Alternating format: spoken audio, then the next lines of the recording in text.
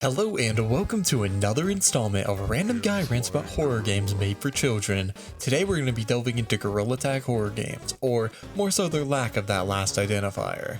I'm going to be talking about 3 of the most popular Gorilla Tag horror games I could find. These games have been put into 3 categories: the good, the bad, and the crime against humanity. To start off, I'm going to be talking about what I consider a good Gorilla Tag horror game, or more so a good Gorilla Tag game. Not so sure about the horror part. Animal Company is a semi-open world survival horror game about going to different locations, fighting monsters, and getting money. The game takes heavy inspiration from Lethal Company, though it did away with the roguelike elements. Pulling away from all these other mechanics for a second, Animal Company at its core is a game about the items. The arsenal of different items in the game is vast, and it's most definitely the main draw keeping players coming back, especially with the onset of more complex item interactions via the glue system, allowing you to make contraptions like full-on buildings, airplanes, or even mechs. While I do think Animal Company's main draw comes from the items, I do need to talk about the other core parts of the game: the maps and the enemies. The enemies in the game are supposed to be somewhat scary, but they tend to fail at that in pretty much every metric. I think the first signs of this were when the developers decided to add Geodude on steroids as one of the first monsters in the game. Ironically, the best aspect of the game, the items, also make enemies far less intimidating, as you can just pulverize any threats with a quadruple rocket launcher. Either that or hit it with a stick 200 times, that works too.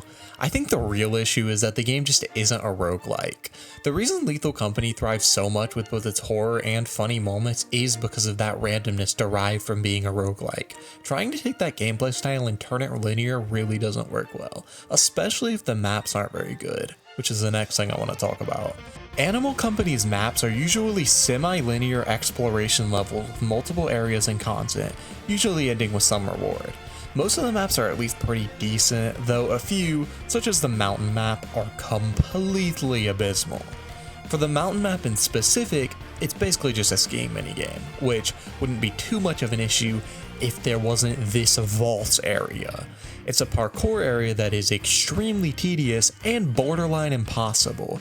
This would be bad enough just being an awful map, but the problem is, even if it's an awful map, you can just entirely skip it, which can be seen as a boon or a flaw. Personally, I see it as just a straight up flaw in the game design. But you can skip it because there are items like an ender pearl, yes, that's a real item, and an umbrella that allows you to fly across the entire area. I'm not saying every map is bad though. There's a radioactive area that has really enjoyable puzzles, and a circus map with a bunch of fun things to do. It's especially good with friends. This game really thrives off playing with friends, similar to Lethal Company.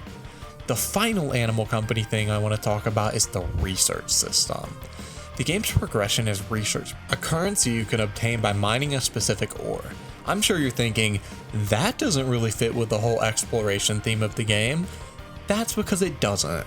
The system is pretty much made only to siphon money from players, unfortunately, as you can only obtain 1 per 16 hours with up to 4 saving if you don't get on.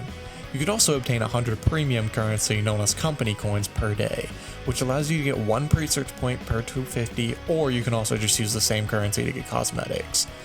Overall, I find Animal Company to be a somewhat enjoyable game with a few time gating related caveats. There will probably be a point I revisit this game for a video once I've played all it has to offer and once more things like the recently added crafting system are fully realized. The only major issue with the gameplay itself is the blatant lack of horror, which I find to be an issue with many Gorilla Tag horror games, unfortunately. The next game I'd like to talk about is something I'm very iffy on: Big Scary.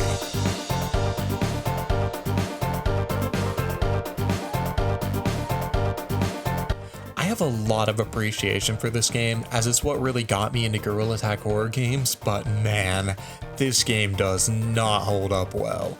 First of all, practically every level is in one of 4 categories: press the button, do the code, find the item, or that pipe wire puzzle thing. I'm not sure how to categorize it. There are 2 outliers of gun-based levels, but those are pretty rare. The first category, press the button, is pretty self-explanatory. You run away from an unscary monster all the while you're attempting to press a few buttons to open a door, usually 4 or more. The second category, do the code, is slightly different than you would expect. Instead of actually solving a code, it's more like a keypad shows you a number and you have to click it, then repeat 8 times. There is now a new version recently added where it will show a paper with a specific code and you have to put this code in a bunch of different keypads around the map, but this is honestly less fun than the original version. The third category, find the item, is also pretty self-explanatory. You go around a map and fill an objective, like one of them you're finding eyes for eyeball soup, I don't know, and another one you have a candy bucket and you have to fill it with candy so you can leave. The fourth category is a bit harder to explain, so I'll just show you the type of puzzle it entails. It's the pipe thing I was talking about previously. The fourth category, in my opinion, is by far the most fun gameplay style in the game, but even that is eventually drowned out because of the repetition of doing the same puzzle 8 different times. The puzzles being fixed is one thing, but the real issue, similar to Animal Company, is the horror. Repetitively getting jump scared by a bunch of funny looking monsters isn't particularly scary. The game is, of course, trying to go for a mostly funny vibe. I mean, it's called Big Scary. But if you're gonna do that, at least have competent gameplay and focus on making the game really funny, because it's really just not all that funny. Except for the old chomp music. That was peak. I can't believe they removed it. Anyway, I just find it to be incredibly disappointing as the game could be really good. The last Animal Company, wait, nope, wrong game. The last Big Scary related thing I want to talk about is the outliers of levels, the gun and car levels. The gun levels, or as they're more formally known, the American levels, boil down to this. Shoot a bunch of very scuffed AI monkeys with invisible air bullets that you can only shoot 5 feet away. Very accurate to America. 10 out of 10 level. The next level, the car one, is an interesting case. It's pretty much just the collection find the items level, but at the very least the car makes for some variety. I'm not really sure why they tried to make a vehicle level that's controlled by the joystick in a game primarily built around VR locomotion, but to each their own. There's also an infinite backrooms level, but the entire thing is just being chased by a monster that can't find you half the time, so it's not particularly engaging. Overall, I find Big Scary to be an interesting game. It's most definitely not particularly good, but it's not awful either, and can be fun to mess around with friends. Like I said, I have a soft spot for the game, so I can still enjoy it despite the flaws, and I'm giving it the benefit of the doubt there.